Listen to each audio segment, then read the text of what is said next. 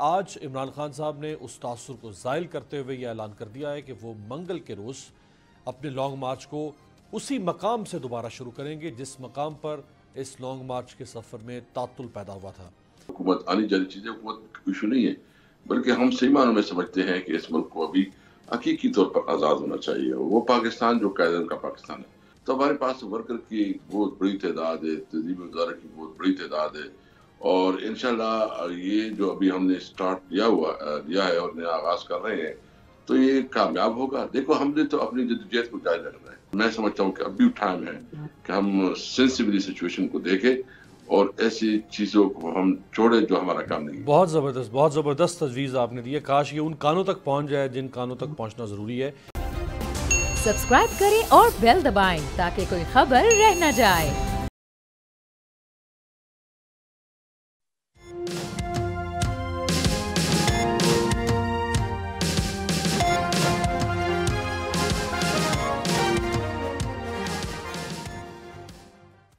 السلام علیکم ویورز، میں ہوں آپ کے ساتھ امیر عباس اور آپ دیکھ رہے ہیں تبدیلی۔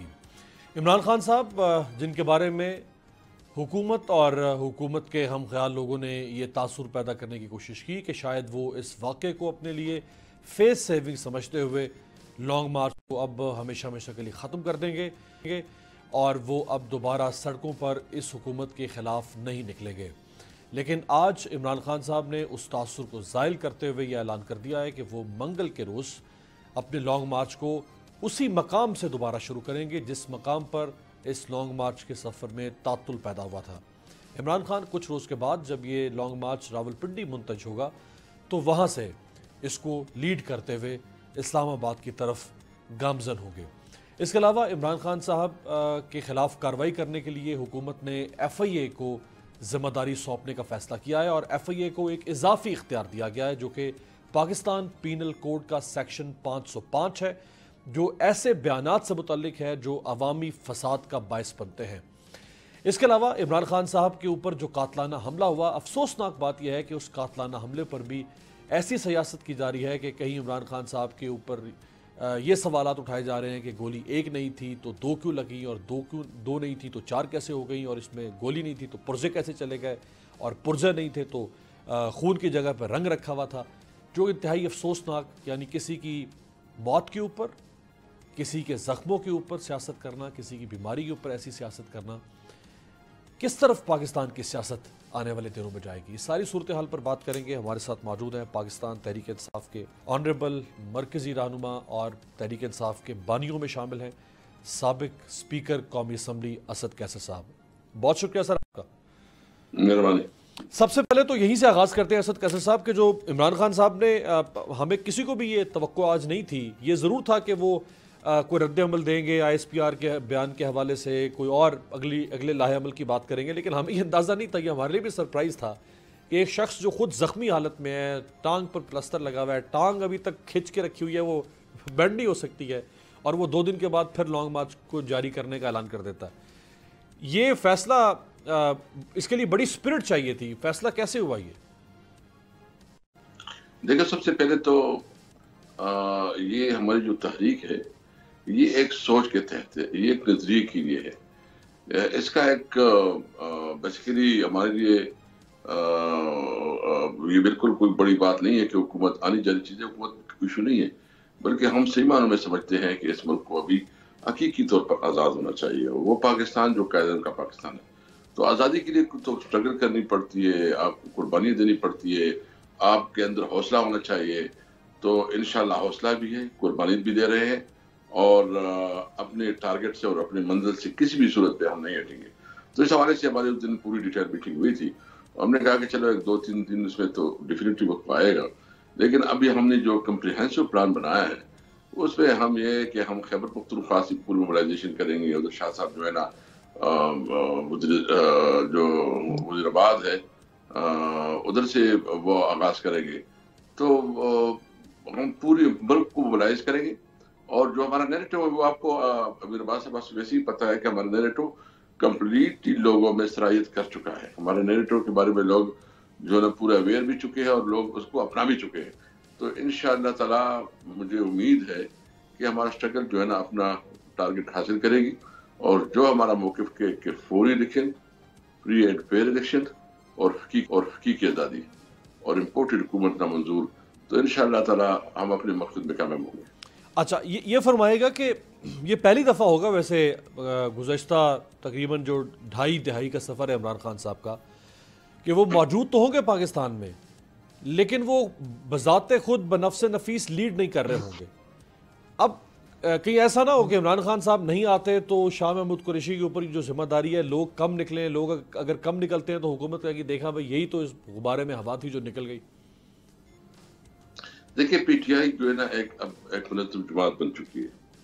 پی ٹی آئی جو ہے نا اس کی ہماری آرگنائزیشن بھی کمپلیٹ ہو چکی ہے، اور اس وقت ہماری بہت ہم سمجھتے ہیں کہ پاکستان تحریک انصاف پاکستان کی سب سے بڑی سیاسی جماعت ہے، اور آرگنائزیشن وائز بھی ہم سب سے بڑے آرگنائزیشن ہے۔ تو ہم ایک ٹرانزیشن پیریڈ سے تو گزر رہے ہیں اور گزر چکے ہیں، لیکن شکر الحمدللہ ہمارا وہ ٹرانزیشن پیریڈ جو ہے نا کمپلیٹ ہو چکا ہے۔ تو ہمارے پاس ورکر کی بہت بڑی تعداد ہے، تنظیمی ادارے کی بہت بڑی تعداد ہے، اور انشاءاللہ یہ جو ابھی ہم نے سٹارٹ لیا ہے اور نیا آغاز کر رہے ہیں تو یہ کامیاب ہوگا۔ دیکھو ہم نے تو اپنی جدوجہد کو جاری رکھنا ہے اور وہ جدوجہد جاری رکھی۔ مجھے امید ہے یہ اس وقت جو لوگوں میں غصہ ہے، اس وقت جو لوگوں میں ہمارا نظریہ جو ہے نا نیچے جا چکا ہے، تو لوگ نکلیں گے انشاءاللہ۔ ایف آئی آر کے بارے میں فرمائیں سر، آج چوتھا روز ہے، ایف آئی آر درج نہیں ہو پائی۔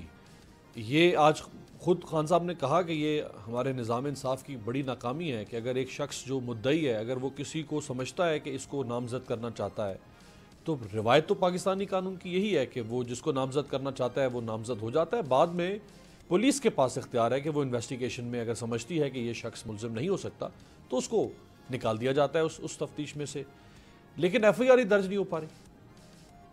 بس افسوس تو یہی ہے نا کہ ایک سابق وزیر اعظم، ملک کا سب سے مقبول ترین لیڈر، اور وہ لیڈر جس نے دنیا میں اس وقت سب سے زیادہ پہچانے جانے والا، جس کی سب سے زیادہ ریپوٹیشن ہے، جو کہ ایک کریکٹر ہے، جس کی وجہ سے پاکستان کی پہچان ہے، وہ اپنے بارے میں ایف آئی آر درج نہیں کر سکتا، تو یہ ملک میں کیا نظام ہے انصاف کا؟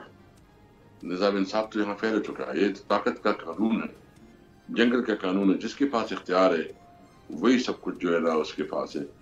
تو بہرحال اس سے تو ہم جدوجہد کر رہے ہیں کہ ہم چاہتے ہیں کہ یہ نظام ہی ختم ہو، ہر آدمی جو ہے نا قانون کی نظر میں ہر شخص برابر ہو، کوئی قانون سے بالا تر نہ ہو، میرٹ کے مطابق سارا نظام چلے۔ تو یہ جو ہو رہا ہے سارا کچھ، اس کے خلاف تو ہماری جدوجہد ہے، اور انشاءاللہ تعالیٰ اس جدوجہد کے نتیجے میں وہ پاکستان آئے گا کہ پھر کسی طاقتور کو جو ہے نا یہ اختیار نہیں ہوگا کہ وہ نیچے طبقے پر ظلم کرے یا وہ قانون سے براتر ہوگا۔ اسد صاحب، جو سیاست ہو رہی ہے عمران خان صاحب کے اس قاتلانہ حملے کے حوالے سے، اس میں کوئی شک نہیں کہ عمران خان صاحب کو کوئی بہت گہرا زخم یا گہرا گھاؤ نہیں لگا، لیکن اس میں بھی کوئی شک نہیں کہ فائرنگ ہوئی ہے، ایک شخص کی جان گئی ہے، 14 کے قریب لوگ زخمی ہیں، وہ سارے ہاسپٹلائز، علی چٹھا تو بہت زیادہ زخمی ہوئے۔ لیکن یہ جو کہا جا رہا ہے کہ نہیں 2 گولیاں نہیں ہیں تو 4 ہیں، اور 4 نہیں ہیں تو اتنی ہیں، اور گولی نہیں ہے تو پرزہ ہے، اور پرزہ نہیں ہے تو گولی ہے، یہ کیوں اس قسم کی نوبت آ رہی ہے؟ کیا تحریک انصاف کی طرف سے کوئی وضاحت نہیں آ پا رہی سامنے، خود ابہام رکھا جا رہا ہے، یا حکومت اس پہ جانتے بوجھتے ہوئے سیاست کر رہی ہے؟ دیکھو وضاحت کی ضرورت نہیں ہے۔ میں آپ سے پوچھتا ہوں میرباز صاحب، بتایا نا کہ اس وقت کون اس کی اس نیریٹو کو اون کرے گا یا کون اس کو ویڈیو کرے گا؟ یہ سارا جھوٹ پہ مبنی ان کا بیانیہ ہے، کوئی اس کو سیریس لیتا ہی نہیں ہے۔ اس لیے ہم دیکھو ایک حقیقت ہے جو قوم کے سامنے آ چکی ہے، ایک بہت بڑا اٹیمپٹ ہوا ہے، اللہ نے کرم کیا کہ خان صاحب جو ہے محفوظ رہے، اس کے باوجود جو کہتے رہے لوگ اس کو یقین نہیں کرتے۔ ہم انشاءاللہ تعالیٰ اپنے دیکھیں یہ ابھی کوشش یہ بھی ہے کہ ہم اپنے موقف سے ہٹ جائیں۔ ہم نے جو ہمارا مین موقف ہے اور ہمارا مین مطالبہ ہے وہ فوری الیکشن ہے اور حقیقی آزادی ہے، تو اس کے اوپر تو ہم جو ہے نا جا رہے ہیں۔ یہ جتنی باتیں کرے، یعنی رانا ثناء اللہ کو کون ابھی مانے گا؟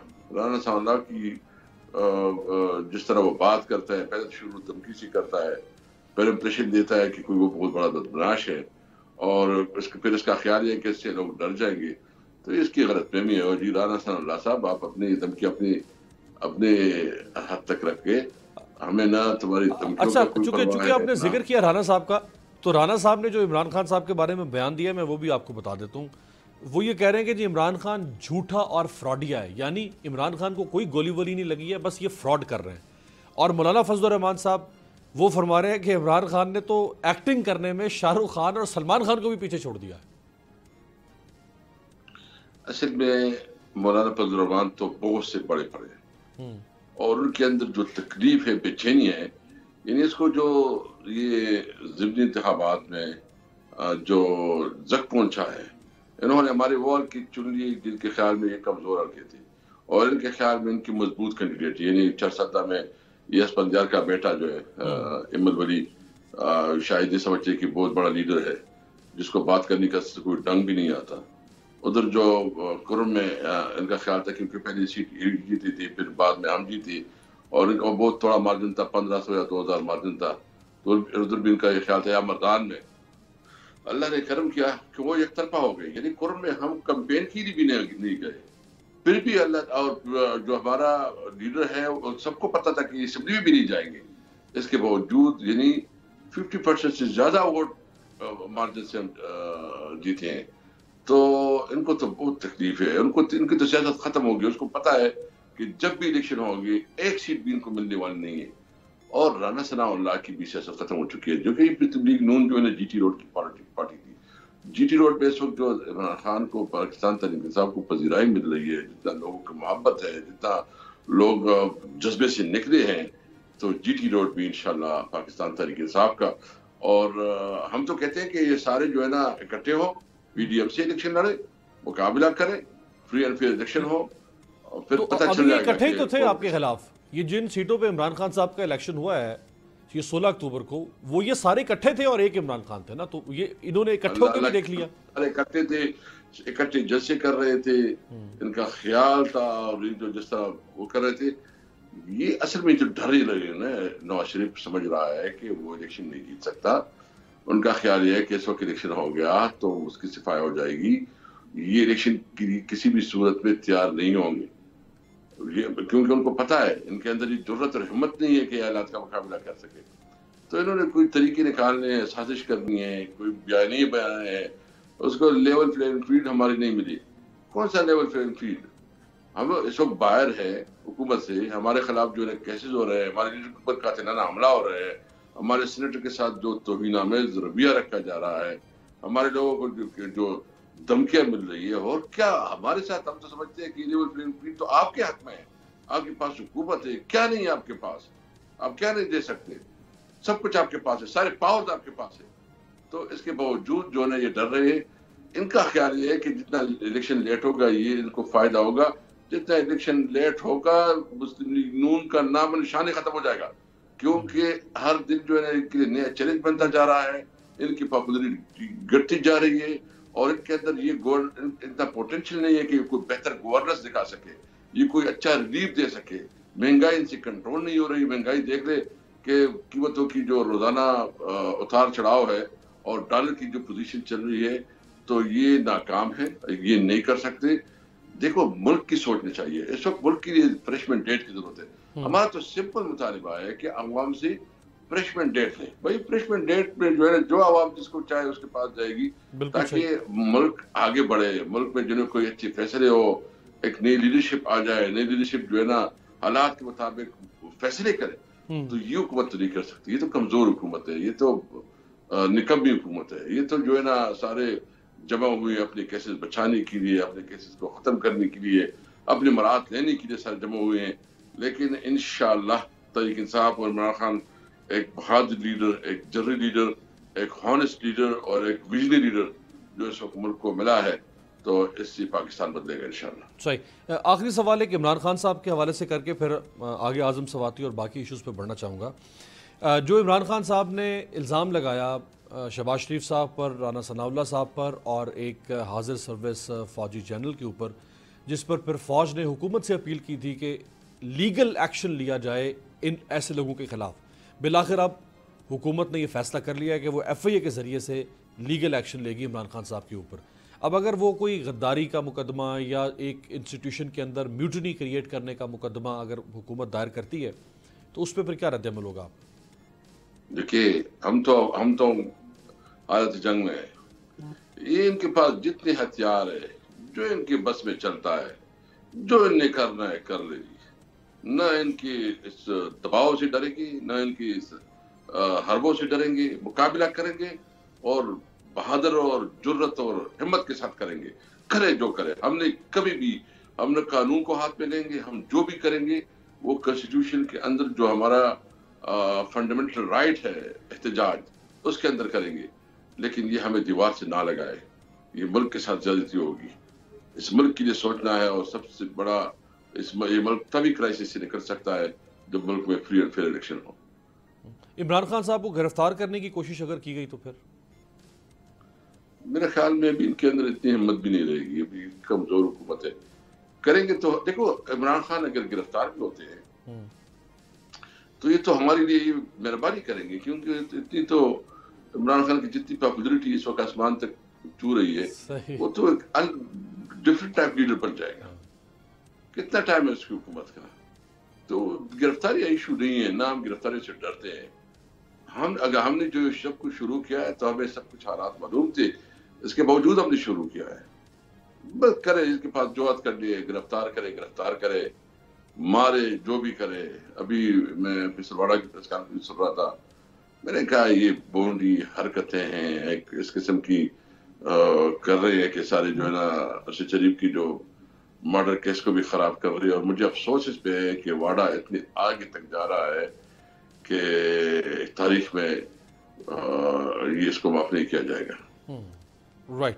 ایک بریک شامل کرتے ہیں آپ کی اجازت سے اور بریکس پر اعظم سواتی صاحب کے اوپر بات کرنا چاہیں گے. اعظم سواتی جنہوں نے جس طرح بچے بلبلا کے روتے ہیں اس طرح اعظم سواتی صاحب کو کے اندر سے وہ درد اور وہ تکلیف سامنے آ رہی تھی اور اس کے اوپر بھی مذاق اڑایا جا رہا ہے. اور اس میں بھی اس بات کو نہیں مد نظر رکھا جا رہا کہ ایک شخص اتنی بڑی بات کر رہا ہے جس میں وہ اپنی اہلیہ اور اپنی بیٹی کا ذکر کر رہا ہے. کون ایسا شخص ہو سکتا ہے سیاست کرنے کے لیے اپنی بیوی اور اپنی بیٹی کا نام استعمال کرتا ہے. لیکن اس میں بھی جو تنقید ہو رہی ہے وہ آپ کے سامنے رکھتے ہیں ایک بریک سے واپسی پر.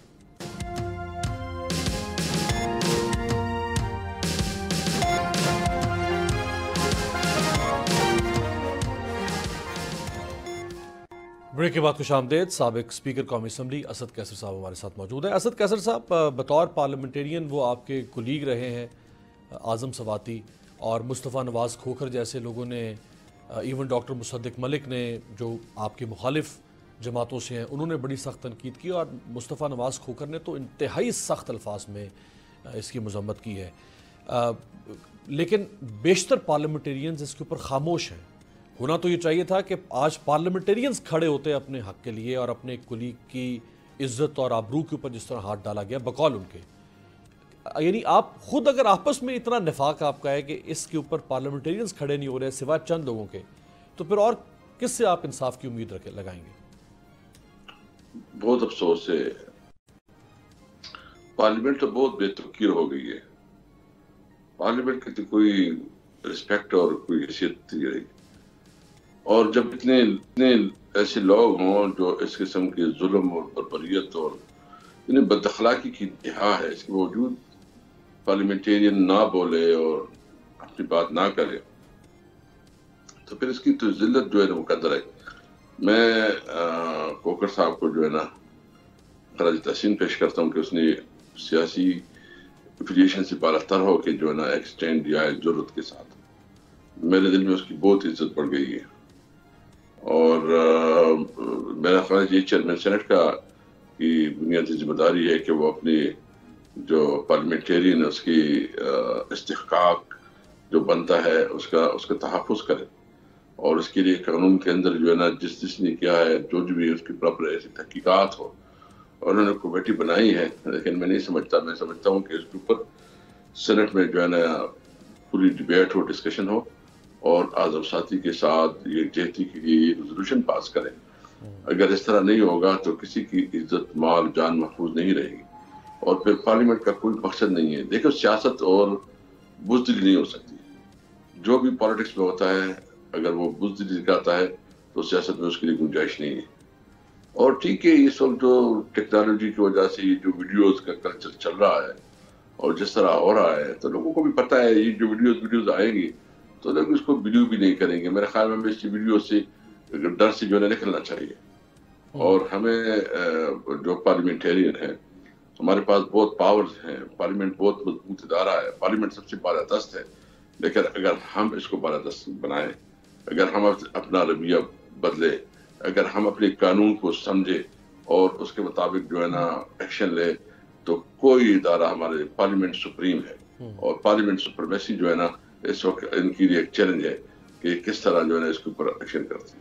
اچھا آپ کو یاد ہوگا سابق گورنر سندھ مسلم لیگ نون کے سینئر رہنما محمد زبیر صاحب سے متعلق بھی کچھ ویڈیو سامنے آئی تھیں آج سے 1 سال پہلے. وہ ایک پروفیشنل آدمی تھے, غیر سیاسی آدمی تھے, وہ سیاست میں آئے اور ان کی جو ویڈیو سامنے آئی. اب مسلم لیگ نون یہ سب کہہ رہی ہے کہ جب وہ ویڈیو سامنے آئی تو اس وقت پی ٹی آئی تو بڑا خوش ہو رہی تھی, جشن منا رہی تھی اور برا بھلا کہہ رہی تھی, مذاق اڑا رہی تھی محمد زبیر کا. آج ان کے اپنے اوپر یہ وقت آ رہا ہے تو اب ان کو اندازہ ہو رہا ہے کہ نہیں یہ کھیل نہیں کھیلا جانا چاہیے. آپ سمجھتے ہیں کہ کسی کی ذاتی زندگی کے اندر مداخلت کرنا اس سے گھناؤنا کام نہیں ہو سکتا؟ آپ اس کی پبلک لائف کے اوپر بات کریں اگر آپ کو کوئی تنقید کرنی ہے. بالکل ٹھیک ہے, اس کے ساتھ بھی ہوا, جاتی ہوئی ادھر ہوا وہ بھی جاتی ہے, لیکن میں نے تو کبھی نہیں دیکھا کہ کسی پی ٹی آئی کے آدمی نے اس پہ جو پبلکلی کمنٹس کیا ہو یا کوئی آفیشل کوئی اس کے اوپر آیا ہو. ہم نے تو اسٹرکٹلی اس چیز کو جو ہے نا نگیٹ کیا تھا اور ہم نے بتایا تھا کہ اس کے اوپر کوئی کسی قسم کمنٹ نہیں کرے گا, اور ہم اس چیزوں کی بالکل ہر لحاظ سے مخالف ہے. وہ کسی بھی پارٹی سے ہو, اس کا ایک مطلب اس کا پرسنل لائف ہے, پرسنل لائف میں جو نہیں جانا چاہیے. اور باقی جو ان کا ایک کنسٹیٹیوشن کے اندر جو اس کا رول ہے اور جو اس کو رول دیا گیا, اگر اس میں کوئی وہ کبھی کوتاہی کرتا ہے, اگر وہ جو ہے نا دوسری چیزیں ایسی کرتا ہے کہ جو پبلک انٹرسٹ کے خلاف کرتا ہے تو اس کے خلاف جو ہے نا پھر بولنا چاہیے اور اس کے خلاف بنتا ہے کہ آپ اس کے خلاف بات کریں. بہرحال یہ اس طرح ہے جی کہ سیاست سے دل مطلب اٹھا جاتا ہے کہ کس طرح سیاست جاری ہے, مطلب لوگ کی فیملی ہے, بچے ہیں اور یہ سیاست کو ناکام کرنا چاہتے ہیں. میں جو وہ تمام اداروں کو بالکل واضح کرنا چاہتا ہوں کہ دیکھیں یہ پاکستان کو آپ جہاں لے کے جا رہے ہو, پاکستان جو ہے نا مجھے ڈر یہ ہے کہ خدا نخواستہ کوئی المیہ نہ ہو جائے. یہ اداروں کا کام یہ نہیں ہے کہ وہ اپنے پالیٹیشین کو جو ہے نا بے عزت کرے, ان کو سڑک کروائے. ہمارے لیے سارے محترم ہیں, میں ہر ادارے کا دل سے رسپیکٹ کرتا ہوں اور میں سمجھتا ہوں کہ تمام اداروں کو جو ہے نا جو اپنی کنسٹیٹیوشن جو اس کی جورسڈکشن ہے اس کے اندر کام کرنا چاہیے. اور میں سمجھتا ہوں کہ ہمیں ایک مضبوط فوج کی ضرورت ہے, ہمیں ایک مضبوط جوڈیشری کی ضرورت ہے, ہمیں ایک مضبوط پارلیمنٹ کی ضرورت ہے. تمام ادارے جو ہے نا اپنے کام میں مضبوط ہونے چاہیے, جو اس کا پروفیشنل کام ہے. اس سے آگے پیچھے اگر وہ کریں گے تو ملک کے لیے نقصان ہوگا. تو میں سمجھتا ہوں کہ اب بھی ٹائم ہے کہ ہم سینسیبلی سچویشن کو دیکھیں اور ایسی چیزوں کو ہم چھوڑیں جو ہمارا کام نہیں ہے. بہت زبردست تجویز آپ نے دی ہے. کاش یہ ان کانوں تک پہنچ جائے جن کانوں تک پہنچنا ضروری ہے. جو 14 رکنی کمیٹی بنائی ہے ابھی چیئرمین سینٹ نے اعظم سواتی صاحب کے حوالے سے, جس میں ساری جماعتیں جو اس وقت سینٹ کا حصہ ہیں ان کی نمائندگی اس میں موجود ہے, یہ اور 30 روز کا وقت دیا گیا ہے کہ اس کے اندر اس کی فائنڈنگ نکالی جائے. اعتماد کرتے ہیں آپ اس کے اوپر یا آپ سمجھتے ہیں کہ نہیں اس سے کام نہیں بنے گا, اس سے اوپر کسی فورم پر جانا چاہیے؟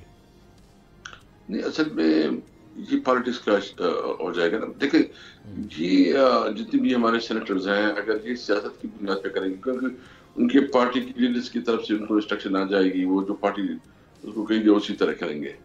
میں سمجھتا ہوں کہ سب سے پہلے اس کے اوپر جو ہے نا سینٹ کے اندر ایک پراپر ڈیبیٹ ہونی چاہیے, فل پلیگ جو ہے نا 2-3 دن تک سارے اس کے اوپر بات کریں. وہاں جو ہے نا اوپن فورم ہو اور جو حقائق ہے وہ بالکل پبلک کے سامنے آئے. چپ چپا کی کمیٹی کی کوئی وہ مقصد نہیں ہوگا. ٹھیک ہے اگر چیئرمین صاحب نے کمیٹی بنائی ہے ٹھیک ہے, لیکن میں سمجھتا ہوں کہ اس کے اوپر جو ہے نا سب سے پہلے سینٹ میں ایک پراپر ڈیبیٹ ہو. اور یہ جو ہمارا استحقاق کمیٹی ہے جو سینٹ میں تو کمیٹی ایز اے ہول بھی موجود ہے. میرا خیال ہے کمیٹی ایز اے ہول جو ہے نا اس میں ہونے چاہیے اور صرف اس ٹاپک پہ جو ہے نا استحقاق کمیٹی پوری سینٹ کو استحقاق کمیٹی ڈکلیئر کر کے